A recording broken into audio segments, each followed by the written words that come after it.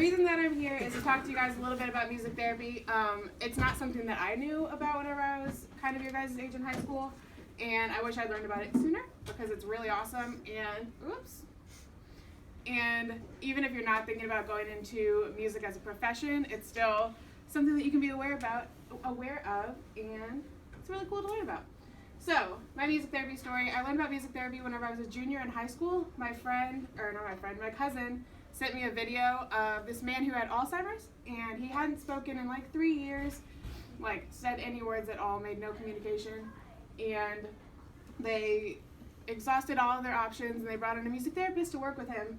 And after like a couple weeks of working with this music therapist, they had one session that was a really big breakthrough. They had the family there with him, and he actually started singing along to some of his favorite songs, and the family was there and they were crying, and I was watching the video and I was crying, and it was just a really good time. So after that I started looking into what that would be like schooling wise, because I at this point had no idea what I wanted to do with my life, and I found out that it was pretty much exactly everything that I was looking for. So I'm going to talk to you a little bit more about what music therapy is and all of that fun stuff. So the textbook definition is music therapy is the clinical and evidence-based use of music interventions to accomplish individualized goals within a therapeutic relationship by a credentialed professional who has completed an approved music therapy program. So that's a lot of words for saying that we use music to reach non-music goals.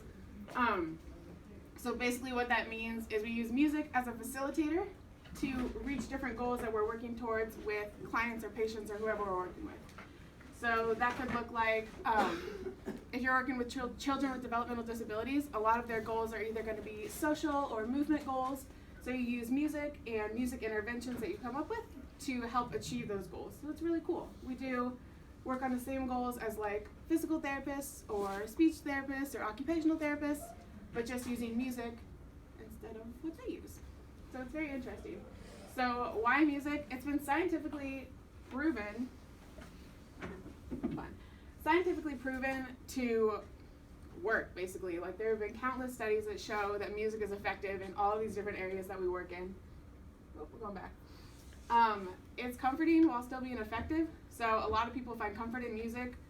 I'm sure a lot of you do. That's why you're here. Also, it's music. People love music, and treatment is more likely to work if you enjoy it. So just a quick survey. How many of you are considering a major in music eventually? Cool. Oh, that's more than I was expecting. Awesome. We did this in my high school orchestra class, and we had 2 people raise their hands out of like 50. It was wild. It was really embarrassing for the presenter. They're like, oh, okay. But yeah, so that's really cool. So yeah, going on. Music therapy is not a performance, so you're not getting a degree in piano performance, voice performance, none of that stuff.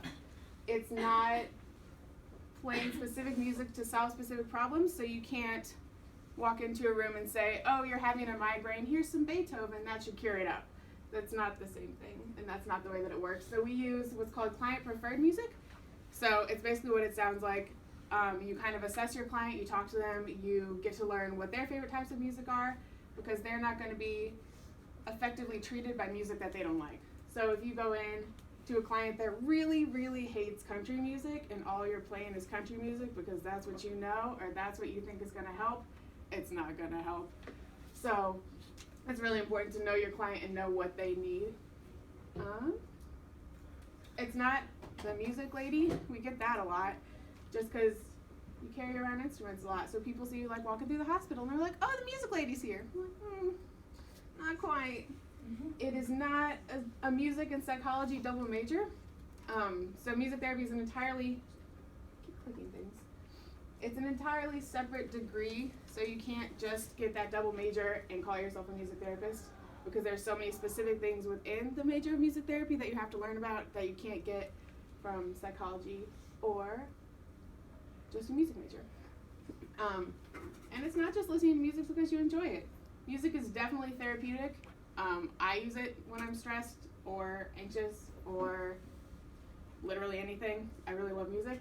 But that's not the same thing as music therapy. That's music as therapy. Okay. So music therapy can help literally everyone. Like we say from cradle to grave. So we work with infants in the NICU. Really cool thing, actually, we just got music therapy implemented in the NICU program at Cox South, which was a really big deal. It's been like 5 years in the making, and the professor at Drury University just got hired on as a professional music therapist there, which is a really big deal. So we work there. You can work with adults and children with developmental disabilities. This one's really interesting. There's a whole lot that you can do there. I've done some work with that, and it's probably my favorite client base so far. We do some work with substance abuse, so people that are in rehab facilities or trying to get over substance abuse or all kinds of that fun stuff. And hospice, Alzheimer's and geriatrics, and then just the general school system. And then there's a whole lot more. I went to a presentation at one of our music therapy conferences about a lady who worked, she did music therapy with survivors of sex trafficking in St. Louis. So that was a really, really interesting presentation. She talked all about like the interventions that she used to help these women, and like the signs that they were showing and the symptoms that they had and how she worked with them. Like she had one girl who never slept because when she was in this terrible situation, she basically stayed awake all night to protect her little sister, which is terrible and awful, but that was one of the symptoms that she came out with. And so this lady worked with her to like get her back into a regular sleep routine so she could like actually sleep and know that she was safe and relaxed and everything. So that was also really interesting. But yeah, so we help pretty much everyone. So some of the skills that you need to be a music therapist, you need a basic music ability, so voice, guitar, piano, percussion. You don't need all of those right off the bat. Like, I'm mostly going to speak about Drury because that's pretty much all I know, like in depth. But at Drury, you are required to take a guitar class, and you're required to take 2 years of piano. Percussion is just like general hand instruments, you know. And then voice, just got to be able to carry a tune somehow. So you don't need these things going into it. Like I had never touched a guitar before I came to Drury, and now I can pretty much like plunk out any song given the chords. So it's really cool. And then piano the same way, but not for me. But a lot of people had never played piano before coming to college, and they're fine now, and they're like leading interventions with the piano, which is really cool to see. You need general communication skills. So one of the really important things about music therapy that you don't always think of is the advocacy, bless you, is the advocacy part of it. So music therapy is not very well known. It's growing, definitely, but when you're in like a hospital setting or in a school setting, you're going to be working around people that don't really understand what you do. So you have to be your own biggest advocate. So I'm currently applying for internships in children's hospitals across the nation, and one of the questions that they sometimes ask is, how would you describe music therapy to someone who doesn't know what it is? Which is one of the reasons that I'm doing this presentation. So you have to be able to like see a nurse in a hallway or be in a meeting with other professionals that you're working alongside with for the patients. And you have to be able to stand your ground and like talk about why what you're doing is important, because it is. It's really important, and it does work. So you have to be your own biggest advocate. So with that comes communication skills. You need to be creative in order to come up with good interventions that's going to be interesting for the client and effective. You have to be able to adapt to a lot of different things. Sessions literally never go the way that you think that they're going to. I have planned many sessions in my 4 years at Drury, and not a single one has gone the way that I planned. Not one of them. Which is difficult at first, but you learn to be adaptable if you weren't already. And then just general people skills. You have to be able to talk to people, because it's a people job. Okay, so some of the techniques that we use, these are just 3 of the like really interesting ones that I think are pretty cool. So the ISO principle is basically the biggest thing. It's pretty cool. It's really interesting. So basically, it's you meet the client where they are and take them where you want them to go. So if you walk into a room and your client is like really low energy, they're kind of depressed, they're not really showing much like energy wise, you're not going to meet them with a super high tempo upbeat song like crazy wild, because then that's not going to be effective for them, and that's not what they need in the moment. So you're going to meet them with something that matches their mood where they are, and then you're going to slowly progress through the session to take them to that, like, maybe more energetic, more I don't know, enthusiastic place, if that's where you want them to end up. So that's like the biggest thing that we work towards. Melodic intonation therapy, we're going to talk about that a little bit later with one of our success stories that I have. But basically it's using the brain's affinity for music to work on speech production. So the brain, the left side of your brain works on speech, and music works on both sides of your brain. So if you have issues with speech, that's going to be primarily on the left side, that's speech production. Then music works to connect the two sides.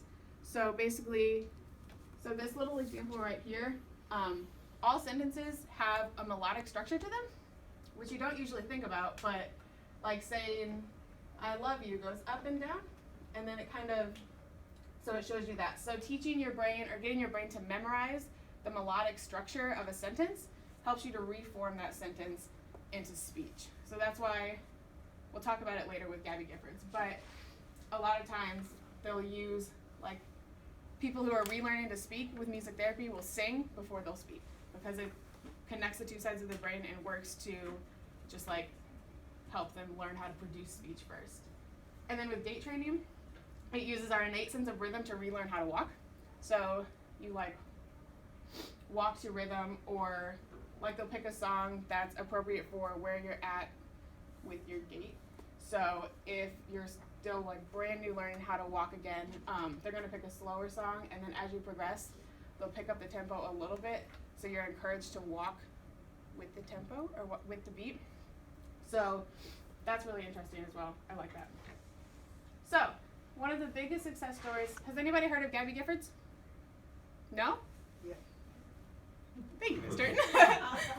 So Gabby Giffords is a congresswoman for Arizona, and in 2011 she was at a press conference and she was shot in the head.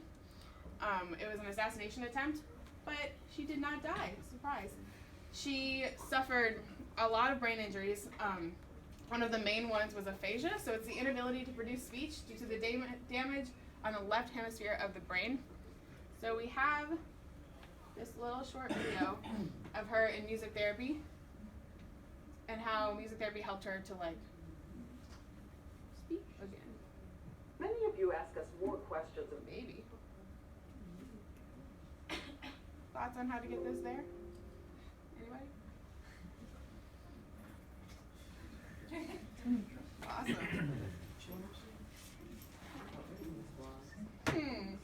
Oh. about the way music helps change language. Oh, I don't know. Maybe if you press escape. No. Oh.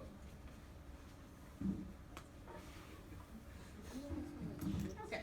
Well, if you're curious to learn more, you can go look up Gabby Giffords. There's a lot of videos on her. Hello, that's fun. Okay. There's a lot of videos on her, and there's like a whole, they do like a CNN segment on her, and she talks about music therapy, and she, they like talk about how whenever she initially had this brain injury, she wasn't forming words at all, and they talked about how her music therapist worked with her, and she was like, at the, like, they have her in the video speaking and saying she's like ready to get back to work and all this stuff, and it's really, really amazing. It seems simple, but it took like 6 years of work for them to get her to form basic words again. If you're really interested in this, I think it's really fantastic and really cool. Look up Forrest Allen. He's another really cool success story. So we got to hear him speak at a conference, and so basically he was in a snowboarding accident whenever he was 17, suffered major brain injury. He was in a coma for like 2 weeks, and the doctors told his parents that he would probably never speak again and probably never walk again. He was really unresponsive and did basically nothing. But they brought in his old music teacher who was getting his master's in music therapy at the time, and he worked with him, and over a period of time, he learned how to speak, he learned how to walk, basically learned how to be a person again. And so they showed this video at conference, and then at the end of this video, Forrest walked up on stage and gave a speech about how much music therapy means to him, and I'm getting chills now, and I definitely sobbed during this little thing because it was so cool and it was really moving. So that's a really interesting documentary if you're interested in this stuff. So if you want to be a music therapist, you have 4 years of coursework at a music therapy school. Jury's the best one, low key. After your 4 years of coursework, you have a 6-month internship. So this is where I am right now. Then you have your board certification exam. Then, yeah, you're a music therapist, and then you have to be recertified every 5 years. So that's it. Cool. So music therapy is definitely a growing field. Even at Drury alone, whenever I came into the program 4 years ago, we had 30 to 40, and now we have over 60 music therapy students in just 4 years. Like, we're looking at having to hire new professors or more professors because we are outgrowing our department, and it's absolutely fantastic. But there are currently over 8,000 practicing music therapists in the U.S., which is a really big number comparatively. And there's expected to be about 5,800 new jobs in 2018 for music therapists. I have not heard of a music therapist not getting a job like after their internship. So outlook is very good. So that's pretty much the gist of it in kind of a crash course. Do you guys have any questions? That's kind of a lot of information. Anybody like, hey, that was cool? That was cool. Thank you. Do you ever play like recorded music, or do you always perform it for the people? Oh, good question.